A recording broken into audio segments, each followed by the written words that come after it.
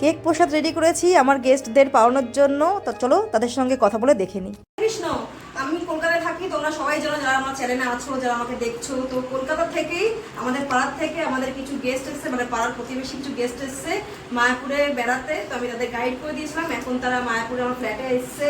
তো তাদেরকে কেক প্রসাদ পাঠিয়েছি। আর এই যে আমার গেস্ট, সবার সঙ্গে এখন তোমাদের একটু দেখালাম, সাক্ষাৎ করিয়ে দিলাম। সবাই মিলে একটা হরিবল বলবো, ঠিক আছে? বলো হরিবল। ফিডব্যাক নিয়ে দেখবো যে মায়াপুর ধামে, ভগবানের ধামে ঘুরে সবার কেমন লাগলো। सबसे अच्छा तो गाइडेंस इतना अच्छा था कि हमें कोई प्रॉब्लम नहीं हुआ कहीं जाने में। अच्छा, समय का भी बचत हुआ और प्लस पैसे का बचत हुआ। मैं उसको 600 रुपये, रिक्शे वाले को 600 रुपये दे रही थी, वो मुझे 600 में 300 देना है। 300 रुपये में वहाँ पे बचत हुआ, ऊपर से टाइम का बचत हुआ। Thank you so much Priyanka. Welcome ভাবি। রমেশদা কেমন লেগেছে? ভালো লেগেছে, খুব ভালো লেগেছে, খুব ভালো লেগেছে। ভালো লেগেছে। সন্ধ্যাতে এত দর্শন সুন্দর করেছি। আরতিটা দেখলাম, আরতি এত সুন্দর লাগলো, মানে সব কেক একটা প্রসাদ কেমন? খুব ভালো। সবার ভালো লেগেছে। তাহলে মায়াপুর ধামে আবার আসবে তো সবাই? হ্যাঁ, আবার আসবে একদিন। সবাই বলে দিয়েছে যে আবার মায়াপুর ধামে আসবে। তো আবার তোমার ভিডিও বানিয়ে আবার তোমার সঙ্গে শেয়ার করবো। ততক্ষণের জন্য হরে কৃষ্ণা।